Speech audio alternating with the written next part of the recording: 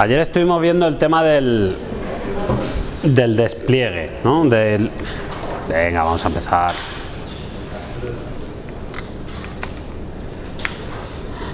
Ayer estuvimos viendo el tema del despliegue de aplicaciones.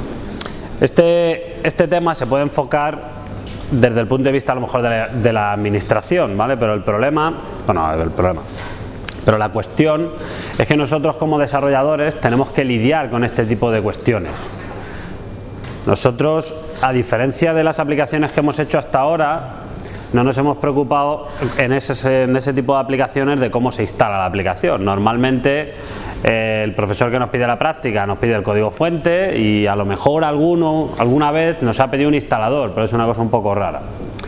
Tenemos que seguir aprendiendo todo este tipo de cuestiones en la disciplina de la informática, el desarrollo de aplicaciones. La fase de instalación es una fase muy importante. No solo la fase de instalación, la fase de uso es una fase muy importante. Nosotros cuando os enseñamos a desarrollar, nos centramos al principio de la carrera sobre todo en explicaros técnicas de cómo hacer que el ordenador os haga caso, por así decirlo. Es decir, cómo crear una aplicación que tenga un determinado contenido, cómo hacer un algoritmo que se comporte de una determinada manera, pero en general pasamos bastante de los usuarios, ¿vale? En general, a no ser que en alguna asignatura de ingeniería del software en la que a base de metodologías ágiles integremos al usuario en el equipo, los usuarios nunca los solemos tener en cuenta. Los usuarios son la clave de todo esto. Sin los usuarios nosotros no estaríamos aquí. Entonces la parte de hacer llegar al usuario nuestros servicios es una parte muy importante. En el caso de las aplicaciones web, esto está relacionado con que tenemos que desplegar la aplicación web para que esa aplicación web esté disponible a través de internet, y esa aplicación tiene que ser escalable y esa aplicación tiene que ser tolerante a fallos. Un usuario que intenta acceder a un servicio y el servicio no funciona, pues no es un usuario satisfecho. O un usuario que pierde sus datos, que los tiene en una aplicación web porque no hemos hecho correctamente la copia de seguridad, pues es un usuario que no está satisfecho. Hay diferentes tipos de contextos en los que podemos hacer una página web, una aplicación web. Podemos hacer una aplicación web personal para nosotros mismos, para hacer lo que queramos, pero cada vez es bastante probable que acabemos haciendo una página web para ofrecer un servicio de una empresa, ya sea una empresa pública, un ministerio, etcétera, o ya sea una empresa privada para la gestión interna de alguna actividad. Entonces es muy importante que tengamos en cuenta siempre a los usuarios a la hora de prestar esos servicios. Estuvimos hablando de que para desplegar una aplicación es necesario, o habitualmente lo más habitual suele ser desplegar esa aplicación en un servidor controlado por una organización, por terceros. Sí que es posible que nosotros tengamos nuestros propios servidores. Hay organizaciones, hay empresas que tienen sus propios servidores y en sus propios servidores es donde tienen desplegadas las aplicaciones de la empresa. Pero esto cada vez es menos habitual, cada vez es más habitual que esos servicios de despliegue de aplicaciones web se contraten a una tercera empresa. Durante muchos años esas terceras empresas eran los alojamientos o los hosting, y esas empresas te ofrecían, como dijimos ayer, pues más o menos tres tipos de ofertas. Sobre todo al principio tenían un servidor compartido o bien un servidor dedicado. Como hablamos, un servidor compartido se basa en las características multiusuario de sistemas operativos como Linux, y un servidor dedicado era una máquina física que te proporcionaban a ti. A medida que fue evolucionando el mundo de la informática y sobre todo el mundo de la virtualización, empezaron a ofrecer máquinas virtuales.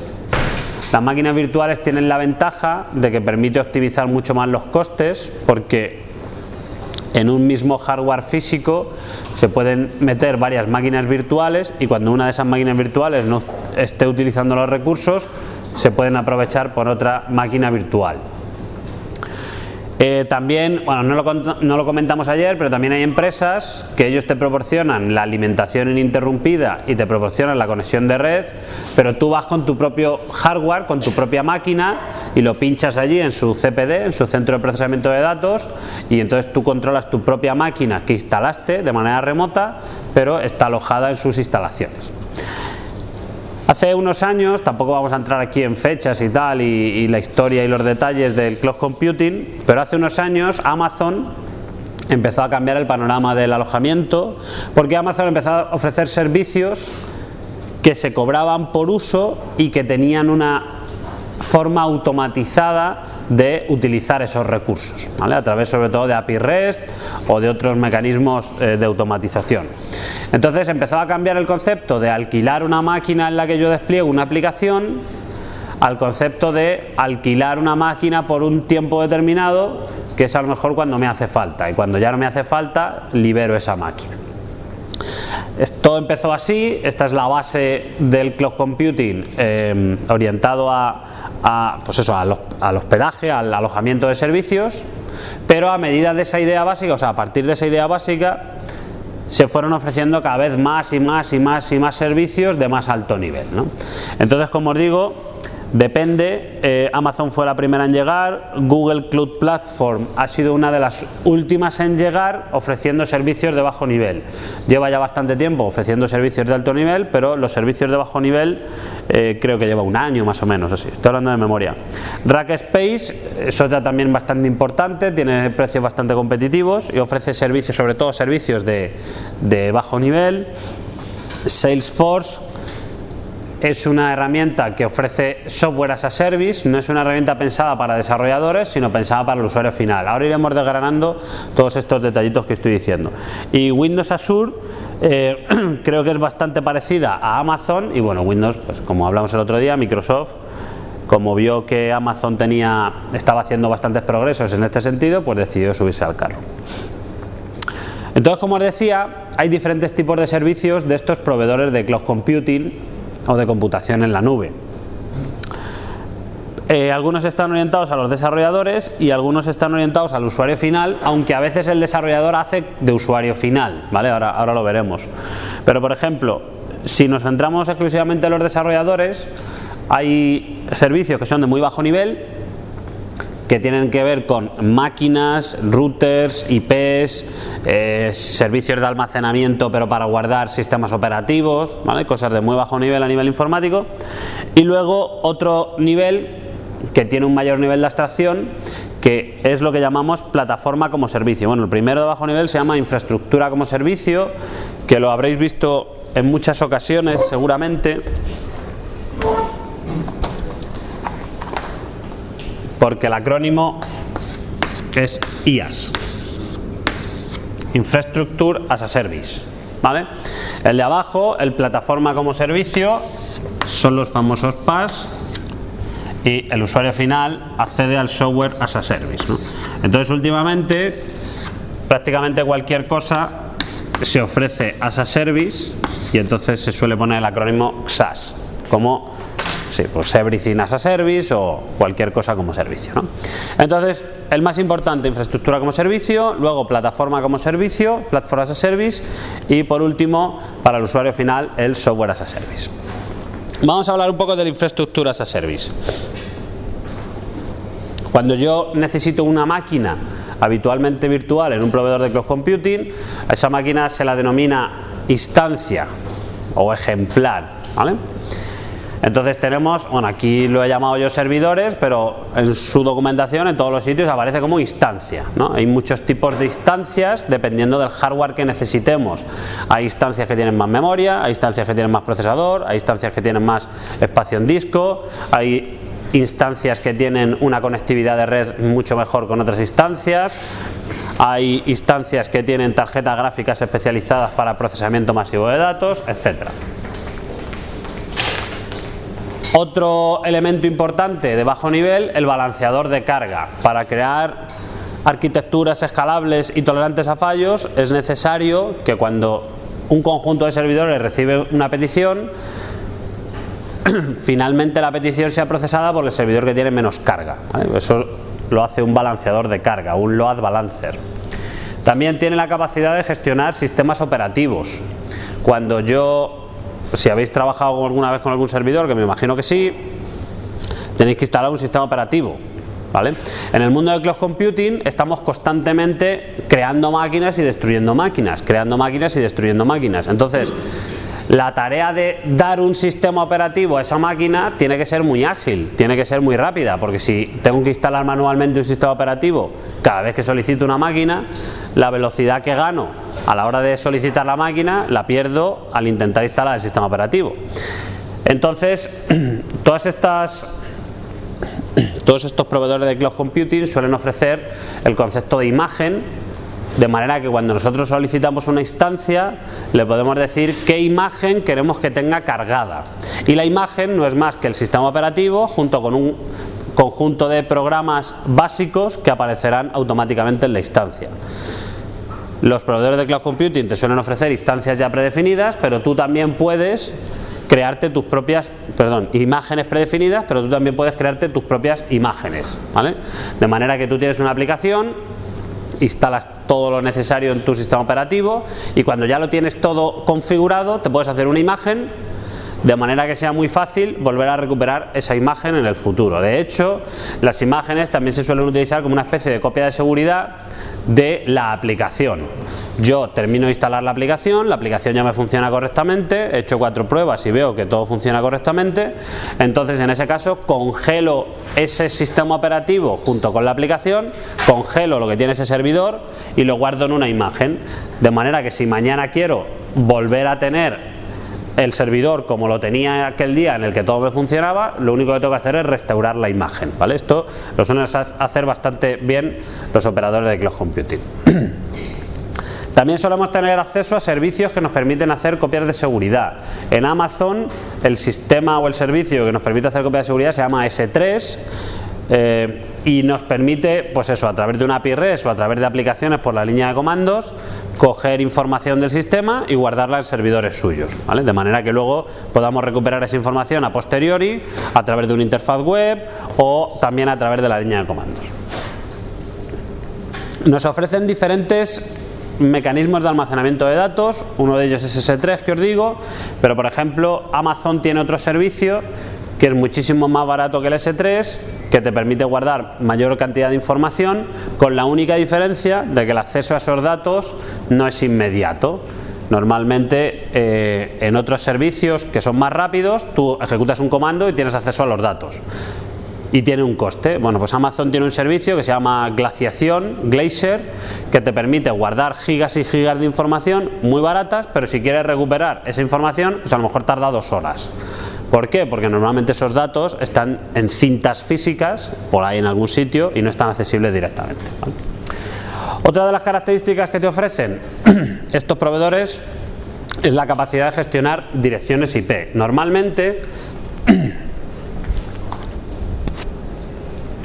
Normalmente estos servidores trabajan con redes internas de servidores físicos y dentro de estos servidores físicos pues están los servidores virtuales. Pero cuando nosotros queremos desplegar una aplicación web, lo que tenemos que hacer es salir a internet a través de una IP pública, ¿no? Supongamos que estos son IPs públicas que tiene el proveedor. Bueno, pues lo que nos permite hacer proveedores de este tipo es conectar algunas de las IPs públicas que ellos tienen a algunas de nuestras máquinas. Cada IP pública vale dinero y por lo tanto se suele utilizar, no todas las máquinas que tenemos en nuestro clúster suelen tener la IP pública, sino que solo una máquina tiene la IP pública o bien solo el balanceador de carga tiene la IP pública. Ahora hablaremos un poquito más en detalle de cómo montar una arquitectura escalable, pero es simplemente para que os vayan sonando los conceptos, ¿vale? Las IP públicas también se solicitan y cuantas más IPs públicas necesites, más costoso será el servicio, ¿vale? Y luego, por ejemplo, aquí ya depende, servidores DNS. Amazon sí que te ofrece un servicio de DNS que se llama Route 53, pero hay otros proveedores que no te lo ofrecen, ¿vale? Entonces, bueno, eso ya depende un poco del servicio. Sabéis que un servidor DNS lo que te permite es traducir un nombre de dominio a una dirección IP. Bien, la plataforma como servicio, en cambio, como comentábamos ayer, sube un poco el nivel de abstracción, lo cual es muy adecuado para aquellos desarrolladores en los que este nivel de abstracción les viene bastante bien, pero puede ser un poco limitante para aquellos desarrolladores en los que el nivel de abstracción que les ofrecen pues no sea el más adecuado, ¿no? Entonces, una de las características que ofrece la plataforma como servicio es que tiene la escalabilidad y la tolerancia a fallos de manera integrada. De forma que nosotros solo desplegamos la aplicación, no tenemos que gestionar el sistema operativo, no tenemos que gestionar balanceadores de carga, no tenemos que gestionar cómo la aplicación se comunica entre sí, simplemente nosotros hacemos una aplicación, la desplegamos a través de un mecanismo automatizado normalmente y el propio servicio de Platform as a Service se encarga de ser escalable de forma automática, sin ningún tipo de intervención por parte del desarrollador, sin tener que configurar nada, ¿no? Dependiendo del proveedor de Cloud Computing, así nos cobrará. Hay veces que nos cobran por peticiones, nos cobran por máquinas, nos cobran por una estimación de la carga, etc. Hay muchos proveedores que te ofrecen Platform as a Service y dependiendo del proveedor que utilicemos, pues tienes unas ventajas o tienes otras. Estoy hablando de memoria, pero el Google Cloud Compute creo que tiene Java, Python y no sé qué otra plataforma tiene ahora mismo. Amazon tiene y PHP. Amazon tiene Java y PHP también, hay otras que te ofrecen Ruby, hay otras que te ofrecen .NET, dependiendo de la tecnología que estemos utilizando para implementar nuestra aplicación de servidor, podemos utilizar un proveedor de Platform as a Service u otro. Nosotros también nos podemos implementar nuestra propia Platform as a Service sobre una infraestructura as a Service. Es decir, si nosotros utilizamos un proveedor de Cloud Computing con sus servicios de muy bajo nivel, nosotros nos podemos montar sobre esos servicios lo que queramos. De hecho, hay empresas que te ofrecen el Platform as a Service, pero que te lo ofrecen sobre Amazon. Te dicen, mira, tú te compras las máquinas en Amazon y yo me encargo de gestionarte el software por encima, ¿vale? Esto también es un nuevo modelo de negocio. Y bueno, aparte del código, normalmente también ofrecen otros servicios adicionales que son útiles para el desarrollo de aplicaciones web, como son las bases de datos, los servidores de correo, gestión de logs, envío de SMS, prácticamente cualquier módulo de nuestra aplicación que nos permita implementar la aplicación web de manera completa se puede utilizar como una plataforma como servicio, ¿vale? Nosotros, por falta de tiempo, no vamos a ahondar mucho en cómo se hace realmente una arquitectura web escalable y tolerante a fallos, pero sí que creo que es importante que os vayáis con la idea de que una aplicación web ya no se despliega únicamente en un ordenador, sino que se despliega en varios ordenadores y eso puede afectar a la manera en la que se desarrolla la propia aplicación. Y luego, por último, como os decía, el Software as a Service. El Software as a Service es realmente un servicio que tú utilizas y que simplemente está en la nube, que puede ser gratuito o de pago, pero que tú no te preocupas ni de instalar ni de administrar, simplemente está y siempre que intentas acceder a él le tienes disponible, ¿no? Entonces estamos bastante acostumbrados a utilizar Software as a Service, como por ejemplo Dropbox, Gmail, Google Docs o bueno, Google Drive se llama ahora, Microsoft 365 que es una cosa parecida a Google Drive, iCloud de Apple, Flickr, etcétera. Son aplicaciones que las tienes disponibles. Por eso os decía que el Software as a Service está más orientado al usuario final. Lo que pasa es que hay veces que hay Software as a Service orientado a desarrolladores. Por ejemplo, hay servicios que te ofrecen la capacidad de integrar todas las métricas de tus aplicaciones, todos los logs. Tú tienes muchas aplicaciones web, imagínate, o tú tienes aplicaciones web distribuidas en varios ordenadores para que sean tolerantes y escalables, tolerantes a fallos y escalables, y te interesa gestionar toda la información. Bueno, pues hay empresas que te ofrecen un panel de control integrado, de forma que tú como desarrollador puedes ver con unas grafiquitas cómo van todas tus aplicaciones y cómo van todos tus sistemas sin necesidad de ir metiéndote uno por uno, etcétera, ¿no? Entonces eso es una aplicación, es un software como servicio, pero es un software que está orientado a desarrolladores. Entonces, bueno, vamos a entrar un poquito más en detalle porque sí que creo que es importante que os suene más o menos qué nombres se utilizan. Sobre todo nos vamos a centrar en Amazon Web Service porque es, ya os digo, uno de los más completos que existen y es el que ha ido marcando el camino. Vamos a ver la página web.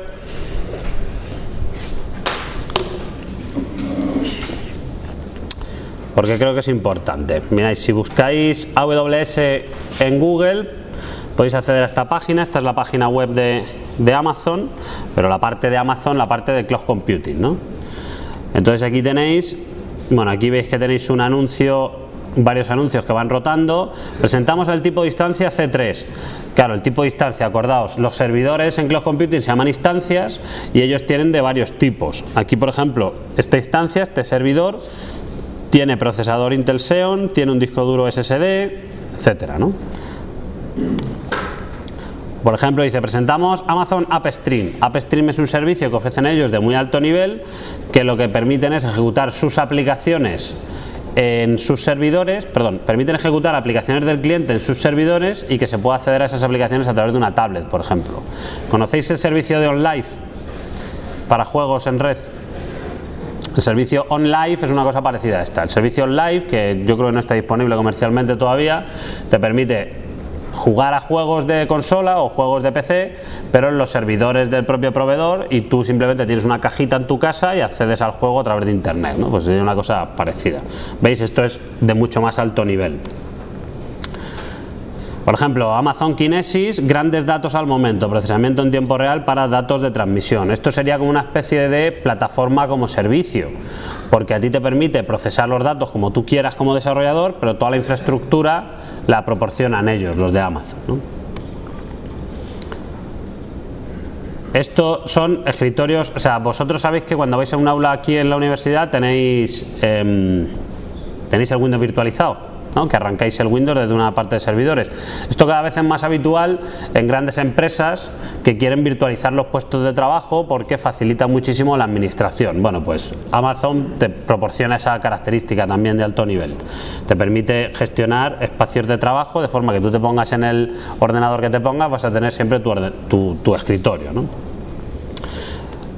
Pero luego tenemos, por ejemplo, aquí lo que pasa es que te pone las novedades, ¿no? Novedades de Amazon. Ejecute una base de datos PostgreSQL administrada en la nube de AWS. Es decir, si tú quieres una base de datos PostgreSQL, ellos te la pueden administrar por ti. Tú les pagas un poco de dinero y ellos se encargan de actualizarte la base de datos, hacer las copias de seguridad, recuperar en caso de fallo, etcétera. Por ejemplo, aquí te proporciona copias de seguridad automatizadas interregionales para Amazon Redshift. Bueno, pues te permite hacer copias de seguridad entre distintos continentes de manera automática por si se incendia este data center, que no afecte a los datos porque están en el otro, ¿no? Vamos a ver si...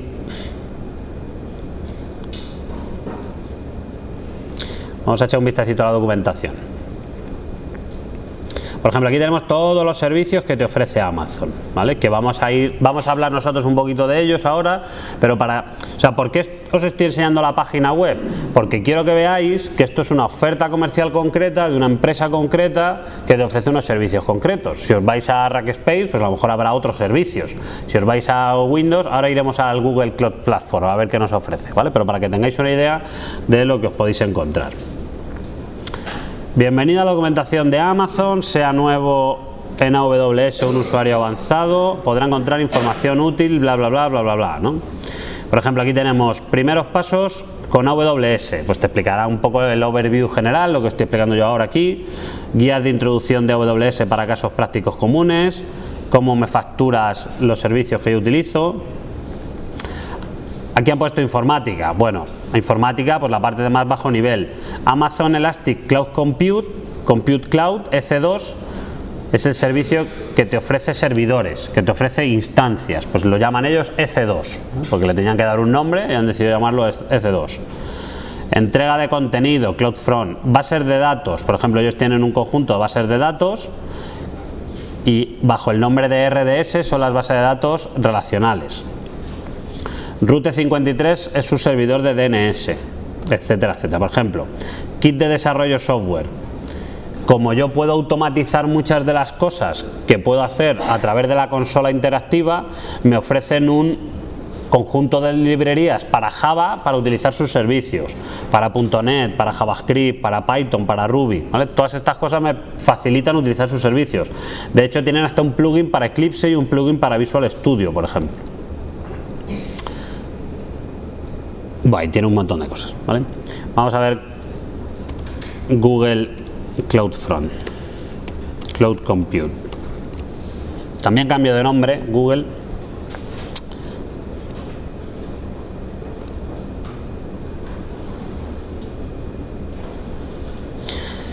A ver, Google Cloud Platform, productos, Compute Engine, ejecuta cargas de trabajo de gran escala en máquinas virtuales hospedadas o alojadas en la infraestructura de Google.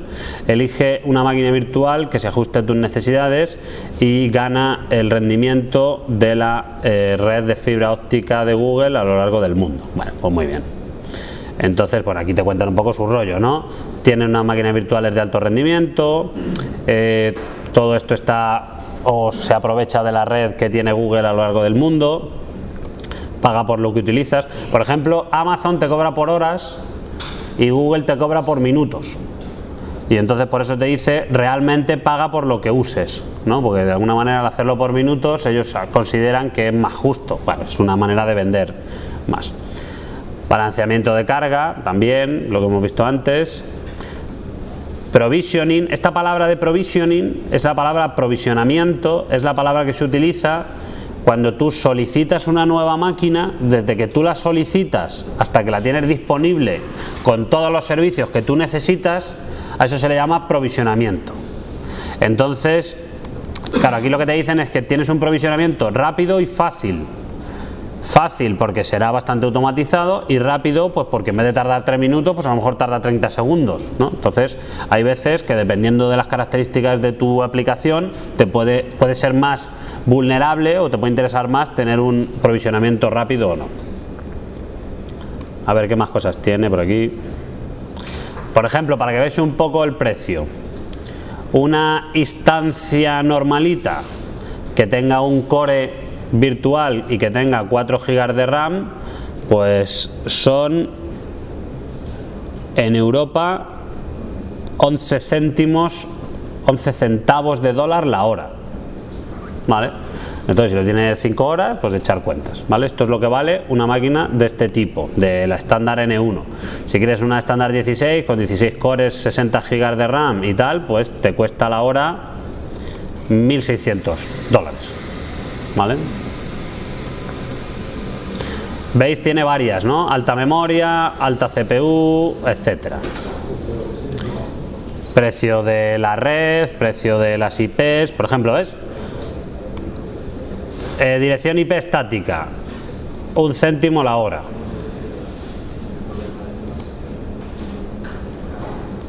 Si no la usas, si la usas es gratuita, porque se supone que si la usas estás pagando ya por otros servicios, ¿no? Bueno, vamos a ver el de Rackspace ya para que tengáis una visión general de todos.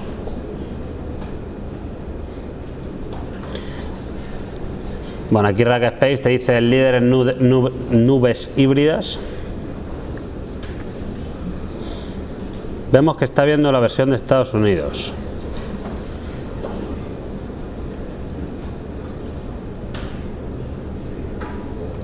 Obtenga la infraestructura adecuada para optimizar el rendimiento de su aplicación. Los servidores Performance Cloud ofrecen aprovisionamiento de hospedaje al 100% de capacidad SSD y redes Ethernet de 10 gigabits para sus aplicaciones de alto rendimiento. Vale, muy bien. Tú tienes el Public Cloud. A ver, también esto es una cuestión que ya os digo, no vamos a entrar mucho en detalle, pero que, bueno, que puede ser relevante. Diferencian entre cloud público, que es lo más habitual, y luego soluciones de cloud privado. A ver, como se está poniendo tan de moda esto de la virtualización y de la gestión automatizada de servicios, hay empresas que alquilan los servicios de cloud computing, pero hay empresas que se montan su propio mini cloud computing en la organización. Es decir, ofrecen lo mismo que ofrecen los proveedores como Amazon, pero en sus ordenadores, ¿vale? Esto lo están haciendo, por ejemplo, podríamos decir que nosotros en la universidad lo tenemos porque todos los puestos en las aulas de informática están virtualizados. Entonces tenemos un pequeño servidor de cloud computing para la gestión de máquinas virtuales. Bueno, tú te puedes instalar software en tus máquinas físicas para que esas máquinas físicas se conviertan como una pequeña mini nube, ¿no? Que es lo que se suele llamar un cloud privado. Es un poco contradictorio, ¿no? Porque cloud se supone que es que alguien te lo proporciona y tú lo usas, pero bueno, en cierto sentido un cloud privado es el cloud que dentro de tu organización alguien ha montado para que tú lo utilices, ¿vale? Entonces vamos a ver el Public Cloud. A ver qué nos ofrece.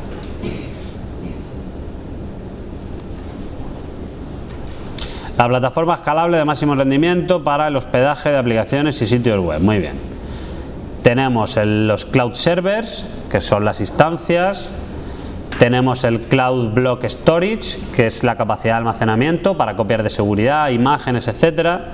Tenemos Cloud Files, que será pues una cosa parecida al almacenamiento, a lo mejor tiene otras características. Por ejemplo, Cloud Block Storage está más orientado a discos duros que se conectan a servidores, y en cambio Cloud Files está más orientado pues a ficheros y copias de seguridad que tú subes, posiblemente. Bueno, copias de seguridad posiblemente tengan otro servicio especializado aquí con Cloud Backup, gestión de base de datos, plataformas de Big Data, un DNS, un balanceador de carga, etcétera, etcétera, etcétera, ¿vale? Como podéis ver, la gran mayoría de los proveedores de Cloud Computing ofrecen exactamente lo mismo, pero lo llaman de ligeras formas diferentes, tienen precios diferentes, etcétera, etcétera. La gente de Rackspace, por ejemplo, presumía al principio bastante de que tenían un buen soporte, tenían a gente atendiendo las incidencias y te atendían directamente. En Amazon, si tú quieres soporte, tienes que pagar por el soporte, ¿vale? Las versiones gratuitas, bueno, las versiones más baratas van sin soporte. Si tú quieres soporte, pagas y ya está. Aquí pagando en esta vida se consigue todo. ¿Qué os parece esto del Cloud Computing? ¿Habéis oído hablar de ello más o menos así? Bueno, la palabra Cloud Computing sí que es cierto que la habíamos oído, pero así de manera concreta, ¿sabéis que era una plataforma que ofrecía este tipo de servicios o no? No, sí. Esto de la informática me pilla nuevo. Vale. A ver, EC2. EC2 es el servicio con el que Amazon ofrece servidores, que como hemos visto, pues cada proveedor de Cloud Computing lo llama de una manera diferente. Cuando ellos en vez de hablar de servidores hablan de instancias, porque les mola más, ¿vale? Entonces lo llaman instancias y ya está. Entonces hay diferentes tipos de instancias. ¿Y de qué depende?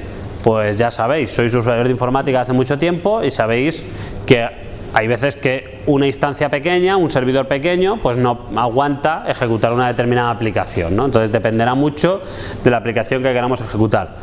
Cuanto menos recursos necesite nuestra aplicación, mucho más barato nos saldrá desplegar esa aplicación, porque 5 ordenadores pequeños es siempre mucho más barato que un único ordenador grande con la capacidad de los 5. ¿Por qué? Porque los ordenadores pequeños son más baratos, consumen menos, utilizan una tecnología más consolidada, y los ordenadores potentes pues son más caros, etcétera, etcétera, ¿no? Entonces siempre hay que intentar que nuestra aplicación que necesite pocos recursos para que se pueda desplegar en instancias lo más pequeñas mejor, ¿no? Las instancias micro.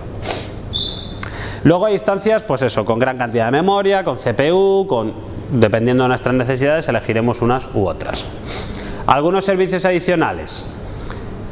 Tenemos la capacidad de asignar una IP a la máquina, o hay veces que no, porque si tenemos un conjunto de máquinas y no queremos que todas ellas tengan una IP pública, también lo podemos hacer.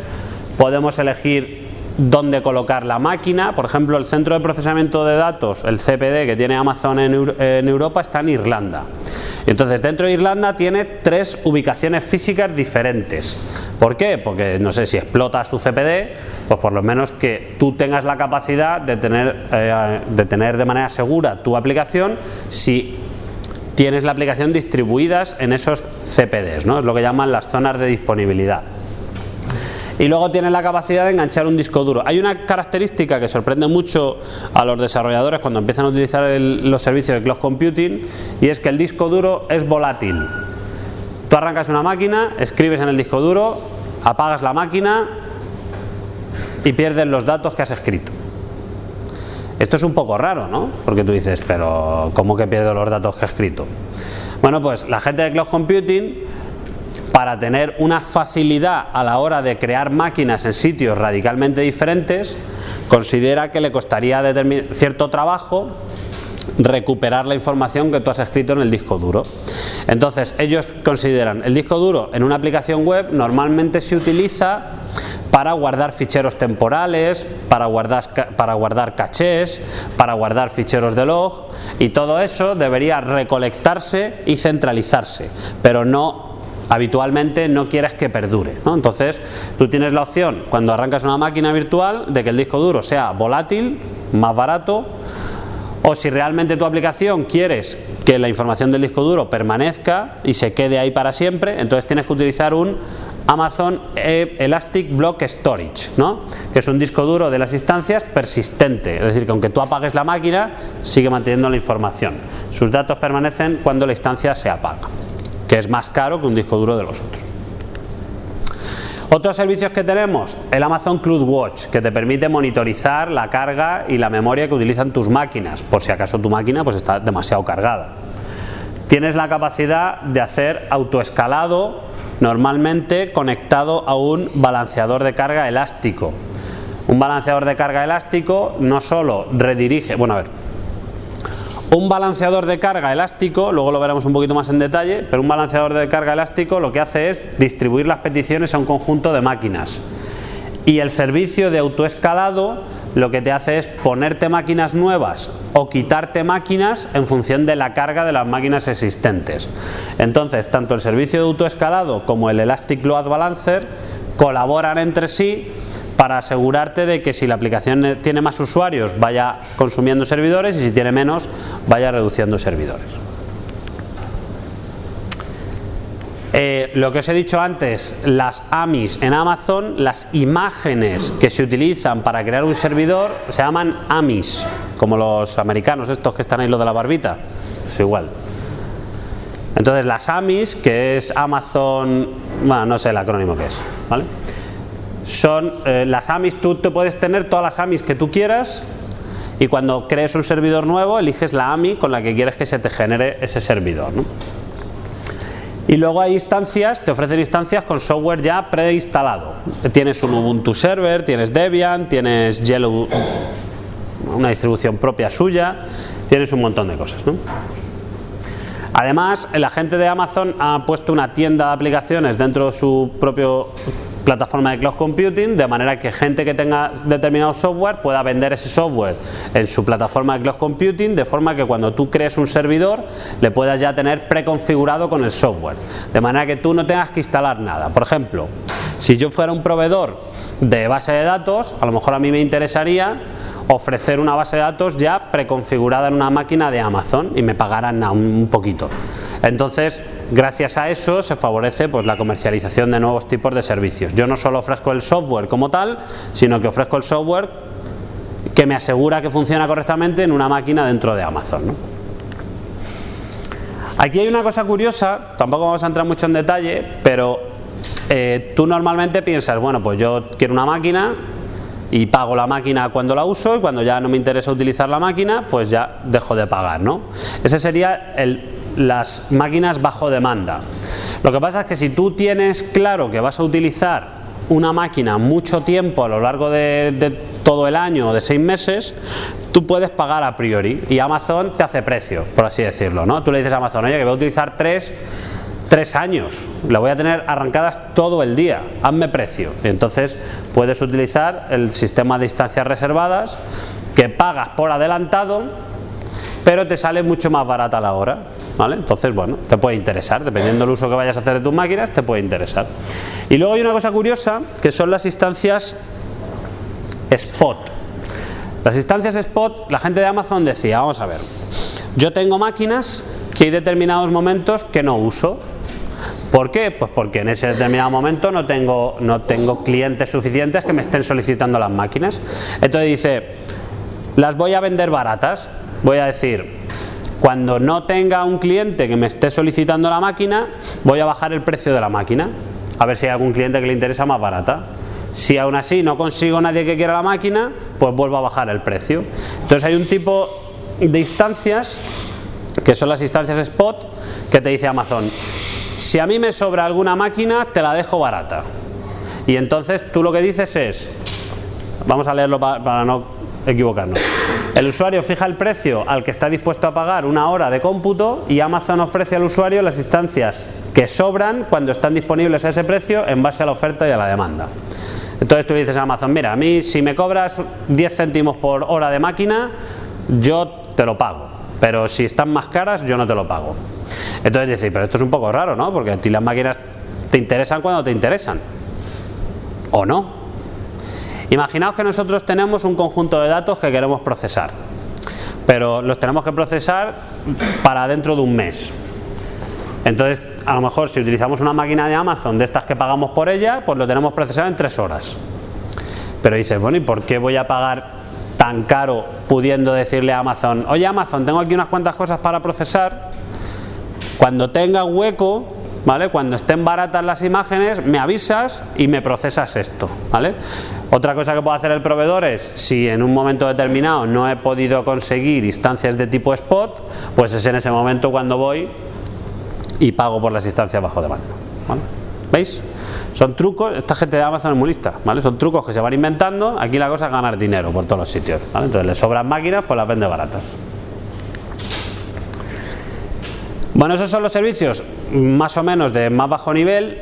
Bueno, tengo que decir que, por lo que he visto ahí ahora, Amazon te ofrece, lo diré, te ofrece una versión gratuita. Tú puedes utilizar Amazon de prueba durante un tiempo. Lo que pasa es que la última vez que lo miré había que poner la tarjeta de crédito. No te cobran, pero tienes que poner la tarjeta de crédito, ¿vale? Entonces es un poco una putada. Si encuentro algún proveedor que nos permita utilizar una plataforma de cloud computing sin que haya que poner tarjeta de crédito ni historias raras, ¿vale? Pues a lo mejor hacemos alguna practiquita para que vosotros interactuéis con la plataforma y podáis desplegar una aplicación, ¿vale? Bueno, vamos a pasar a la plataforma como servicio. La plataforma como servicio es de mucho más alto nivel. A ver, otra cosa también. La infraestructura como servicio se considera que es una tecnología estable y madura. Como habéis visto, buscando por internet me he encontrado 3 proveedores que ofrecían prácticamente los mismos servicios de infraestructura como servicio. Máquinas, imágenes, almacenamiento, routers, DNS, etc. Es decir, está estable, es lo que es. En cambio, plataforma como servicio es un campo que todavía está en constante desarrollo. ¿Por qué? Porque es un campo mucho más cercano al desarrollador de aplicaciones. Ya sabéis que para desarrollar una aplicación no paran de salir frameworks, herramientas, librerías, etcétera, etcétera, etcétera. Node.js, como os dije el otro día, está cada vez más de moda. Entonces, las plataformas como servicio van incorporando lenguajes de programación y frameworks a medida que van apareciendo, ¿no? Entonces, dentro de las plataformas como servicio, pues todavía hay bastante innovación y hay bastantes servicios diferentes. Entonces ellos, como hemos dicho antes, te ofrecen todo. Los desarrolladores se preocupan de su software y ellos se preocupan de que la arquitectura en la que se ha desplegado el software sea escalable, tolerante a fallos, etcétera, etcétera. Entonces, por ejemplo, Amazon tiene servicios de este tipo, lo llaman ellos Elastic Beanstalk, que está preparado para Java y PHP y creo que también ahora para .NET, habría que revisarlo. Lo que pasa es que ellos también tienen otros servicios que se pueden considerar como Platform as a Service, son servicios gestionados por ellos. Por ejemplo, una base de datos que escala automáticamente se puede considerar un software, una plataforma como servicio, porque te permite desplegar tu aplicación sin preocuparte de la escalabilidad. Tienen sistemas de colas que también escalan de manera automática. Tienen servicios de envío de correos y envíos de SMS que también escalan de manera automática, ¿no? Entonces todos ellos se pueden entender bajo el paradigma del Platform as a Service. Amazon S3, RDS y base de datos son lo que os estaba diciendo, ¿no? Lo que pasa es que aquí sí que está habiendo mucha innovación. Ofrecer una plataforma de infraestructura como servicio no es fácil, porque tú tienes que tener infraestructura, tienes que tener centros de procesamiento de datos, tienes que tener conexión a internet, entonces no hay muchos proveedores que lo ofrezcan. En cambio, sí que hay muchos proveedores que ofrecen Platform as a Service. ¿Por qué? Porque muchos de ellos se basan en otras capas por debajo. Por ejemplo, Heroku creo que despliega en Amazon. Entonces, Heroku es una plataforma de software as a service. AppFrog. Este es el logotipo de Google App Engine. Google App Engine es una plataforma como servicio de la mano de Google que se despliega en sus propios servidores. Cloud Foundry, está aquí la gente de VMware y la gente de Spring. OpenShift, creo que estaba Red Hat también detrás de ello, ¿no? Hay muchísimos proveedores de Platform as a Service. Cada uno de ellos pues puede ser más adecuado o menos adecuado a nuestros intereses. Vamos a ver, por ejemplo, Heroku, que es uno de los que está, la última vez que lo miré estaba bastante bien.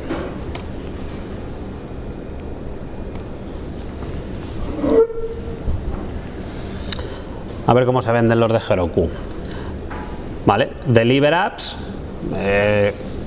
Fijaos, aquí no utiliza la palabra despliega, utiliza deliver, ¿no? Que es como lleva las aplicaciones al usuario. Haz llegar las aplicaciones de la forma correcta.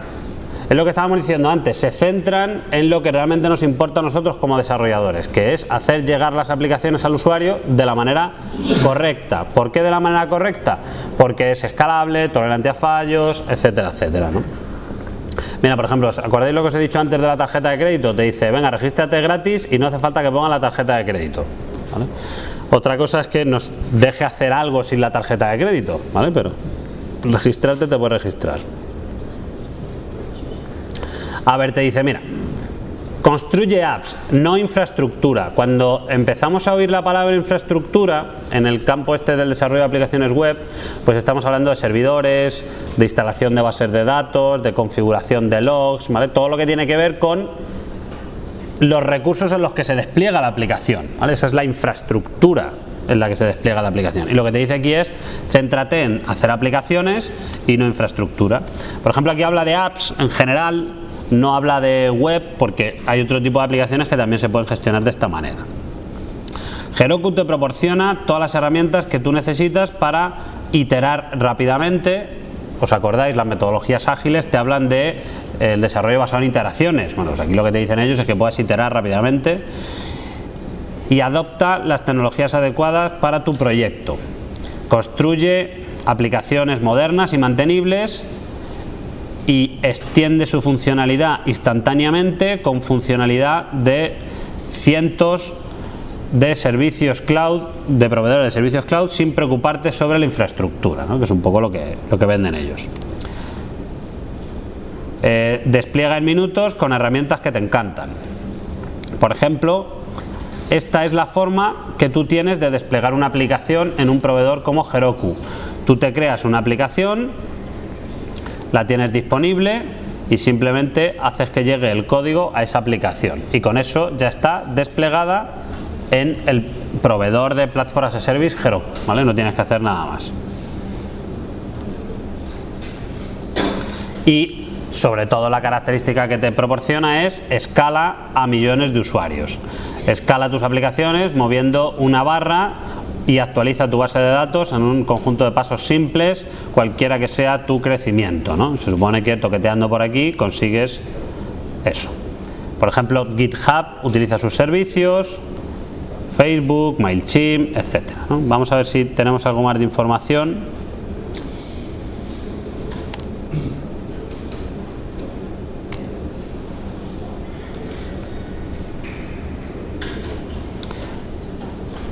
Por ejemplo, veis lo que estábamos hablando, ¿no? ¿Y con qué sí?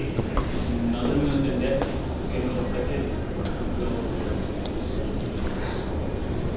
Una plataforma, o sea, un servicio de plataforma como servicio, te permite que tú te despreocupes de instalar el servidor de aplicaciones, la base de datos, el balanceador de carga, asignar las IPs, es decir, te libra de toda la gestión básica de infraestructura que típicamente haría un administrador y tú solo te centras en desarrollar tu aplicación, empaquetarla como ellos te dicen y le dices, hala, pónmela en internet en esta IP, es lo que te ofrecen, ¿vale? Es como, por así decirlo, un administrador como servicio. Es dentro de una organización el tío que se encarga de desplegar las aplicaciones. Bueno, pues ellos te lo ofrecen como un servicio externo, ¿vale? Y se supone que tú con una herramienta interactiva vas diciendo, quiero una MySQL, quiero que sea Java y quiero no sé qué, poner. Entonces ya te lo ponen ellos. Tanto Heroku como el Amazon Beanstalk también te hace eso, ¿vale? O Google App Engine también te hace eso. Tú, Google App Engine, tú mandas una aplicación en Java, Google la distribuye en sus servidores y si ve que la aplicación tiene más usuarios, pues le dedica más máquinas y si tiene menos, menos. Entonces te cobra por los recursos que utilice la aplicación, ¿vale? Por ejemplo, Heroku, ¿qué te ofrece? Estábamos hablando antes porque cada una ofrece un servicio. Heroku te ofrece para aplicaciones Ruby, para aplicaciones Java, para aplicaciones Node.js y para aplicaciones Python. Entonces, algunas veces ellos te imponen ciertas limitaciones en la aplicación. Te dicen, por ejemplo, si utilizas Java, no utilices esta paranoia de Java, porque al final no funciona. Bueno, pues no la utilizas. O si utilizas Node.js, estos son los plugins que son los válidos. Cualquier otra cosa no funciona. Es posible que te lo pongan ellos, ¿no? Luego además tienes sistemas de plugins, de manera que si tú quieres cosas un poco raras, que no están en el core básico, lo puedes utilizar a base de plugins o add-ons. Y bueno, pues esto es lo que tiene. Vamos a ver si viene aquí. Claro, tú por ejemplo puedes desplegar la aplicación directamente desde Git. Si no es Java, claro, Java requiere de un proceso de compilación, pero JavaScript, Ruby o Python no necesita proceso de compilación, por lo tanto se puede desplegar directamente desde el sistema de control de versiones, ¿vale? En este caso Git es el más habitual. Tú puedes sacar versiones y actualizar las versiones de una manera ágil, ¿vale? Que también al final se convierte en una pesadilla la gestión de release, ¿no? Y tú puedes desplegar en diferentes regiones, posiblemente de una manera muy sencilla. Bueno, no vamos a entrar en muchos más detalles. Por ejemplo, aquí tenemos, no sé si se ve muy bien, se ve un poco mal. Aquí tenemos la interfaz de usuario que tiene Heroku, con la que puedes ver pues qué está pasando en tus máquinas, perdón, en tus aplicaciones, etcétera.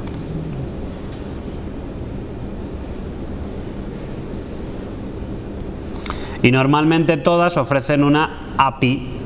Y una API es el mecanismo para que nosotros podamos automatizar cosas dentro del proveedor. Hay veces que la API solo la utilizamos para consultar información, pero hay otras veces que también la utilizamos para actuar sobre esa información que estamos monitorizando.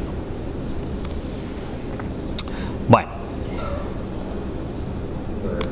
¿Algún comentario? Vamos a echar un vistazo a Cloud Foundry.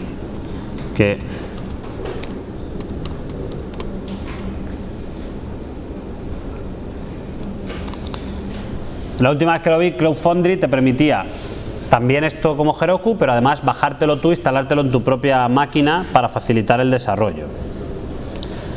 A ver, despliega y escala en segundos en tu elección de clouds. Tiene buena pinta. Por ejemplo, hacer una migración de Cloud Foundry Platform as a Service para ejecutar en OpenStack. OpenStack es el software o uno de los software que a ti te permiten instalarte una nube en tus propios servidores, ¿vale? Entonces vamos a ver si tiene aquí los servicios. Utilizar Cloud Foundry.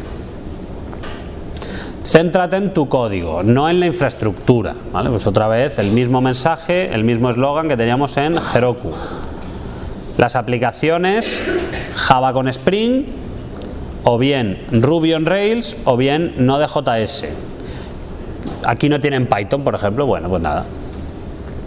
Que te proporciona como servicios adicionales la base de datos MySQL o PostgreSQL. De NoSQL tienes Mongo Redis, y RabbitMQ es un sistema de colas, ¿vale? Que no vamos a entrar en detalle en ello, ¿no? Como veis, todos, mira, aquí también te ofrecen una prueba gratuita.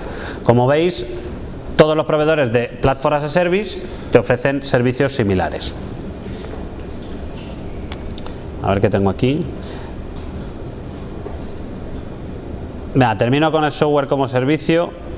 Uy, y ahora hacemos el descansito, ¿vale? Para terminar ya con esto. Entonces, el software como servicio. El software como servicio, estamos cansados de utilizarlo. Software como servicio es utilizar Facebook, Dropbox, Gmail, cualquier software que utilicemos como servicio. Cuando hablamos de como servicio, quiere decir que está en la nube, está disponible y nosotros simplemente lo utilizamos de pago o gratuitamente, ¿vale? Nosotros aquí en España no solemos pagar por las cosas que usamos, ¿vale? En general tenemos un modelo freemium en la cabeza, pero hay gente que echa sus cuentas y dice que me interesa mucho más pagar por un servicio que pagar yo internamente a la gente que se encarga de poner a punto ese servicio. Por eso ofertas como Google Apps o Google Drive o Office 365 son servicios que cada vez tienen más éxito. De hecho, creo que la Universidad de Rey Juan Carlos os ofrece a vosotros una cuenta de Google Office 365 y tal, ¿no? Para infectaros el virus de Microsoft, digo, para que utilicéis estos servicios, ¿no? Salesforce es el que os dije, orientado a empresas. El otro día me pareció ver en la tele gestiona tu empresa en la nube, no sé qué, una startup española que precisamente te permite hacer, pues esto, lo típico, ¿no? Facturas, gestión de clientes, etcétera, todo en la nube, ¿no? Hasta ahora, ¿qué hemos estado viendo? Pues lo que hemos estado viendo es un poco los servicios que yo puedo utilizar o que me ofrecen ciertos proveedores en los que yo posiblemente acabe desplegando mi aplicación web. No es obligatorio, lo hemos hablado muchas veces. Tú puedes desplegar tu aplicación web en tu ordenador, y si tu ordenador tiene una IP pública, que normalmente tiene, después de configurar el NAT a través de una conexión ADSL, pues yo puedo tener ahí mi aplicación web.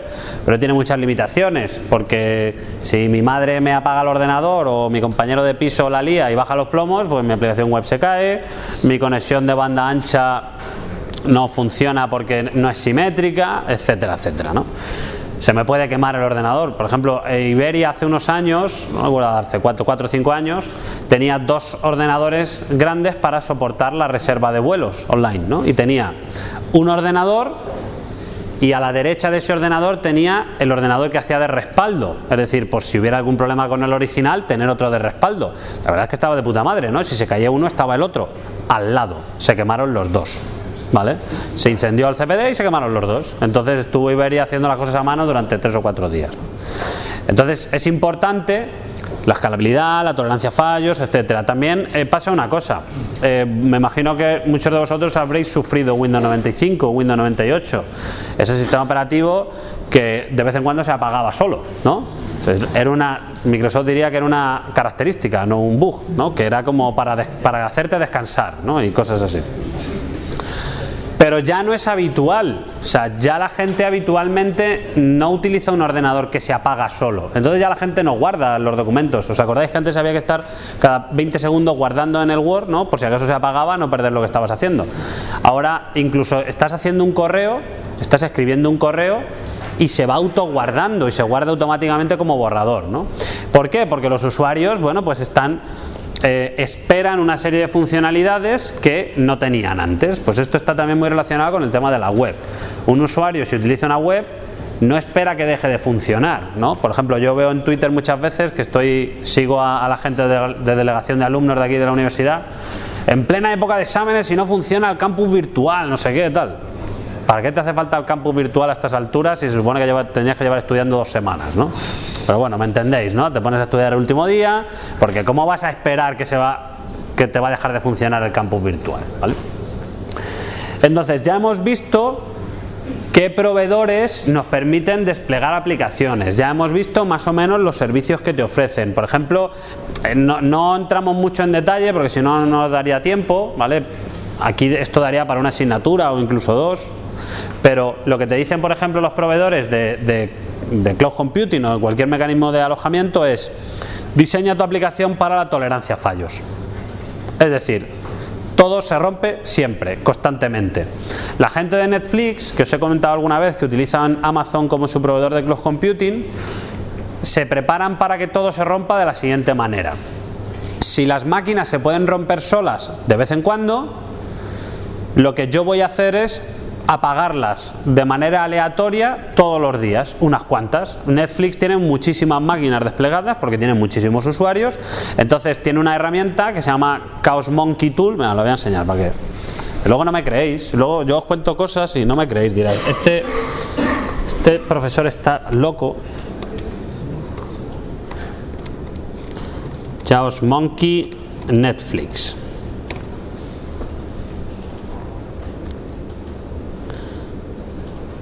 De julio del 2002 ya esto. Es el mono del caos, ha salido al salvaje, ¿no? A la vida real, ¿no? Entonces, ¿de qué es el...? Es que yo lo que quería ver era el logotipo. No está aquí. Espera un segundo. Que si os vais a perder la foto del mono, no tiene...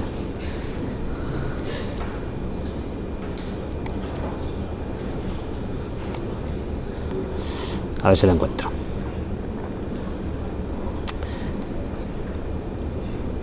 No, pues no está. Sí que está porque la he visto, pero ahora mismo no la encuentro. Sí, vamos a ver, venga, que es que... No, pero estos no son... A ver si lo encuentro. Este es el mono, ¿vale?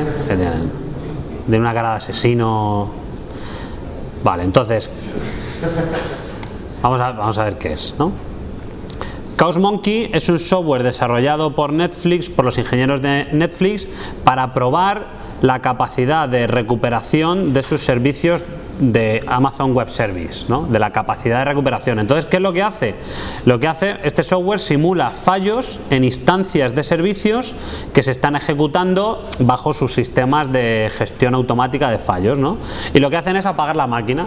Entonces, este software lo que hace aleatoriamente es elige una máquina aleatoria de todas las que utiliza Netflix y las apaga. ¿Por qué? Por lo que está es forzando errores que a lo mejor no se producen, porque si tú, o sea, cuando una cosa te dé miedo hacerla, hazla lo más a menudo posible. Cuando una cosa te dé problemas, hazla lo más a menudo posible. Eso es lo que te dicen en software. Por eso, precisamente, si os habéis fijado en las metodologías de desarrollo de proyectos, las metodologías ágiles, lo que te dicen es que hagas todo por iteraciones, ¿no? Y que en todas las iteraciones acabes enseñando software al cliente. Si una entrega al cliente puede ser problemática porque no le estás entregando todo lo que él quería o no te da tiempo o tal, hazlo habitualmente. Si tú lo haces habitualmente, no será una sorpresa, no será una situación excepcional y podrás aprender de los errores del principio, ¿no? Entonces la gente de Netflix decía, nuestra aplicación es súper tolerante a fallos, es resistente. Si hay algún problema con una máquina, ni siquiera nos enteramos porque es de puta madre. Entonces dijo uno, vale, vamos a empezar a apagar máquinas aleatoriamente, ¿no? Entonces a lo mejor uno dijo, no hombre, no jodas, ¿cómo vas a hacer eso? A ver si se va a romper algo. Ya, pero entonces, ¿no dices que es tolerante a fallos realmente? Entonces con esta máquina, con este mecanismo, el Chaos Monkey, prueban que sus sistemas que tienen son capaces de tolerar los determinados errores, ¿no? Cuando un proveedor de cloud computing falla a nivel global o se le cae un CPD, entonces hay muchos servicios que dejan de funcionar. Bueno, pues Netflix es una de las empresas que dice que ellos han vivido ya varios problemas con Amazon y sus servicios no se han visto afectados. ¿Por qué? Porque ellos tienen un sistema que si detectan que hay problemas en una zona, en un CPD de Amazon, sus servicios empiezan a migrar automáticamente a otras zonas de Amazon, ¿no? A otros CPDs, incluso a otros proveedores, ¿no? Entonces esto le hacen muy resistente a fallos. Chaos Monkey, ¿vale? Entonces, ¿por qué os cuento esto? Porque forma parte de nuestra labor como desarrolladores. Por lo menos conocer o saber qué técnicas se utilizan para la tolerancia a fallos, porque eso puede afectarnos a la manera de desarrollar nosotros las aplicaciones. Entonces, ya os digo, no vamos a entrar tampoco mucho en detalle porque esto daría para mucho, pero vamos a ver así, de manera muy general y de muy alto nivel, cómo podemos hacer que una aplicación web sea tolerante a fallos y escalable. Entonces, bueno, lo que ya os he dicho muchas veces, las aplicaciones tienen que atender a un número creciente de usuarios, entonces eso se denomina escalabilidad, ¿no? La capacidad del software que tiene o de una infraestructura informática para absorber un gran número de usuarios sin verse afectados, sin dejar de prestar el servicio. Además, si nosotros queremos que eso se haga de manera automática, incluso por horas, porque, a ver, las empresas hacen análisis, las empresas saben que a las 3 de la mañana hay menos gente utilizando el campus virtual que a las 10 de la mañana, por ejemplo. Las empresas saben que hay determinados servicios que se utilizan a determinadas horas y a otras horas no se utilizan. Entonces, si nosotros realmente queremos que nos salga barato tener esos servidores, esos servicios, lo que necesitamos es que sea elástico el uso de los recursos. Ya lo comentamos ayer, la elasticidad es el término que, por así decirlo, aglutina la capacidad de crecer cuando me hace falta y reducir automáticamente cuando no me hace falta. Hay muchas alternativas que te permiten crecer, pero que no te permiten reducir, ¿no? Y reducir también forma parte de la ecuación, porque si tienes la capacidad de reducir, tendrás la capacidad de abaratar la prestación de servicios, ¿no? No lo recuerdo ahora tampoco, pero hubo un servicio que leí que fue muy popular, que era un servicio que te permitía hacer vídeos de las fotos que tenías en Facebook, ¿no? El típico vídeo este así noño que salen fotos y tal, pues eso, había un servicio que lo hacía automáticamente. Como eso consume muchos recursos, como hacer un vídeo consume muchos recursos, llegaron a necesitar 1000 servidores de Amazon en una semana o una cosa así, ¿no? Porque Se empezó a hacer popular el servicio y su arquitectura aguantaba utilizar hasta 1000 servidores, ¿vale? De manera directa, ¿no? Dicen que, por ejemplo, Instagram, una de las claves de su éxito es que fue capaz de absorber muchos usuarios por su arquitectura inicial, ¿vale? Si su arquitectura inicial no estuviera pensada para escalar a tantos usuarios, a lo mejor hubiesen tenido problemas de crecimiento. Y luego, sobre todo, la tolerancia a fallos, lo que os digo del mono, ¿no? Todo falla. Siempre falla. La gente de Amazon intenta hacer lo posible para que sus servicios no fallen, pero fallan. Fallan sus servidores, fallan sus discos duros, todo falla. Entonces lo que te dicen es, para protegerte de que algo vaya mal, lo que tienes que hacer es desplegar tu aplicación en varias zonas de disponibilidad, en varios CPDs distintos, e intentar sincronizar esos CPDs para que si uno de ellos va mal, el otro pueda seguir prestando el servicio, ¿no? Ya digo que no vamos a entrar en detalle en esto porque daré mucho que hablar, pero para que sepáis lo que se hace. Entonces, nosotros podemos pensar en una arquitectura monolítica. Cuando hablamos de una arquitectura monolítica, lo hablamos sobre todo en contraposición a una arquitectura basada en clúster. Una arquitectura monolítica es aquella en la que el servidor web, la aplicación web y la base de datos están en la misma máquina. Esto tiene muchos problemas. Si falla la máquina, no se atiende a los usuarios, es decir, no es tolerante a fallos.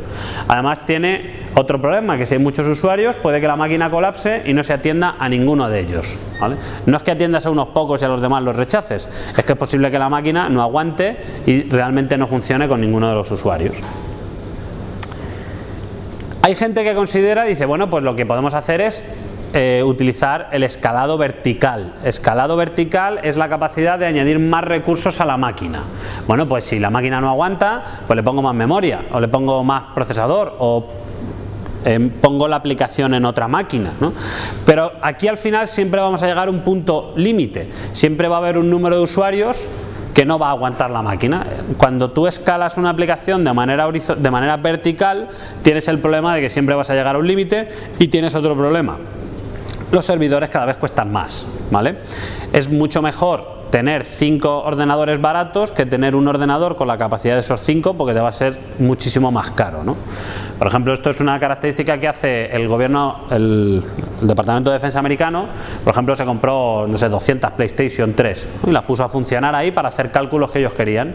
¿Por qué? Porque la PlayStation 3 es un hardware de consumo, es muy barato, y el equivalente a un ordenador, si tuvieran que haber comprado un ordenador equivalente con toda esa potencia, les hubiese salido muchísimo más caro, ¿no?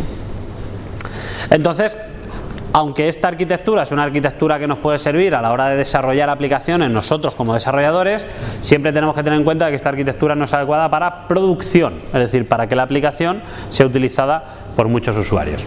Bueno, también depende del caso, como os decía. Si tú tienes nosotros, por ejemplo, en el departamento teníamos una herramienta para desarrollo colaborativo de software que utilizábamos en los proyectos fin de carrera. Pues yo sabía que no iba a tener más de 6 o 7 proyectos fin de carrera, o 4 a la vez, ¿vale? Entonces yo sabía que no iba a tener problemas de escalabilidad. Pero si la aplicación queremos que la utilicen la gente cualquiera, ¿vale? Cualquier servicio que está por internet, lo tenemos que tener muy en cuenta. Entonces, bueno, esto es he sacado estas grafiquitas de una presentación que me encontré por ahí de Amazon, por eso aparecen los nombres de Amazon. Y básicamente lo que tenemos es, imaginaos, tenemos esto está representando que tú en el navegador pongas una dirección de internet y acabes haciendo una petición a una máquina. Como es una máquina, pues aparece como EC2. EC2 es el nombre que reciben las instancias en Amazon, como hemos dicho antes. Bueno, pues ya está. ¿Qué es lo que pasa? Que los proveedores de computación en la nube ofrecen servicios para que esas aplicaciones se desplieguen en arquitecturas escalables, tolerantes a fallos. Ya lo hemos visto, sobre todo con el Platform as a Service. Pero ¿cómo funciona internamente? ¿Cómo es esa arquitectura escalable y tolerante a fallos desde el punto de vista informático? O sea, ¿cómo se distribuyen los elementos hardware, ¿no? Pues lo primero que hacen es meter un balanceador de carga, ¿no? Aquí, como ya digo, esto es de Amazon, aquí aparece Elastic Load Balancer, es un balanceador de carga, de manera que tú las peticiones, en vez de recibirlas la máquina, las recibe el balanceador de carga. El balanceador de carga puede ser un dispositivo hardware o puede ser una máquina que tenga un software que haga de balanceador de carga. El balanceador de carga es simplemente una máquina que recibe una petición y decide a qué máquina, o sea, decide qué máquina tiene que atender esa petición, y lo único que hace es reenviar la petición a otra máquina, y cuando esa otra máquina ha terminado de procesar la petición, enviarle la respuesta al cliente, ¿vale? Entonces, la primera clave de hacer una arquitectura escalable es tener la capacidad o poner un balanceador de carga delante de la máquina. Nosotros de esta manera ya tenemos el primer paso puesto, y es que si necesitamos añadir recursos a la aplicación, los podemos añadir al lado de los recursos que ya tenemos. Podemos incorporar un servidor nuevo al lado de los recursos que ya tenemos, gracias al balanceador de carga. Entonces, bueno, si suponemos que la máquina se carga mucho, un sistema de autoescalado lo que hace es crear otra máquina, ¿vale? Automáticamente. Esto es un servicio que te proporciona Amazon. Tú puedes conectar un balanceador de carga no a una máquina, sino a un conjunto de autoescalado de máquinas, y ese sistema tú le puedes configurar: cuando la máquina esté por encima del 90%, me creas otra máquina nueva, me la provisionas con el mismo software que tenga esta máquina, y luego lo que haces es conectar las dos máquinas al balanceador de carga. A partir de ese momento, cualquier petición que reciba el balanceador de carga podrá elegir dos máquinas y no solo una, ¿no? Por ejemplo, si nosotros tenemos esta arquitectura no es tolerante a fallos, porque si esta máquina se cae, habría una pérdida de servicio hasta que se vuelva a recuperar. No es tolerante a fallos, pero sí es escalable, porque cuando esta máquina se carga mucho, automáticamente se crea otra máquina, ¿vale?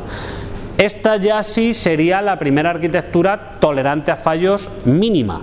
¿Por qué? Porque si se rompe este servidor, tenemos siempre el otro. Es decir, con dos servidores y un balanceador de carga hemos aumentado mucho las probabilidades de que nuestro servicio no falle, porque aunque falle la máquina, aunque haya un error de software, aunque se caiga una máquina, siempre tendremos otra.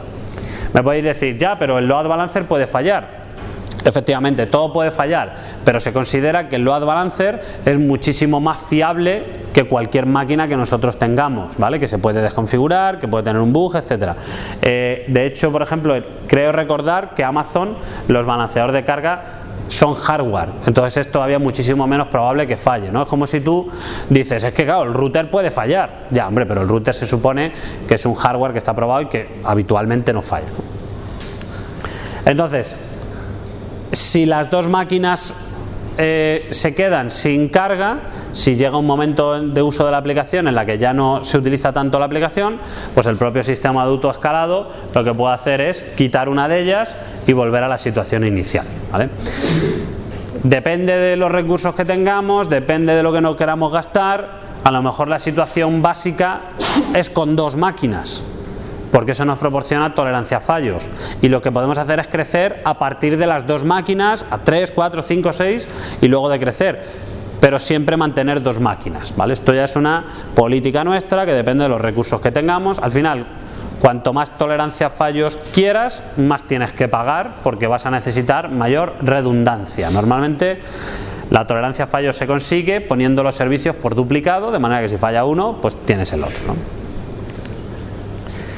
Entonces, si os fijáis, en esta arquitectura no hemos tenido en cuenta la base de datos. ¿Dónde está la base de datos? Porque nosotros podemos tener varias máquinas, pero tenemos una base de datos. Nosotros hemos supuesto en la arquitectura anterior que no hay base de datos, ¿no? Hemos supuesto que no había base de datos.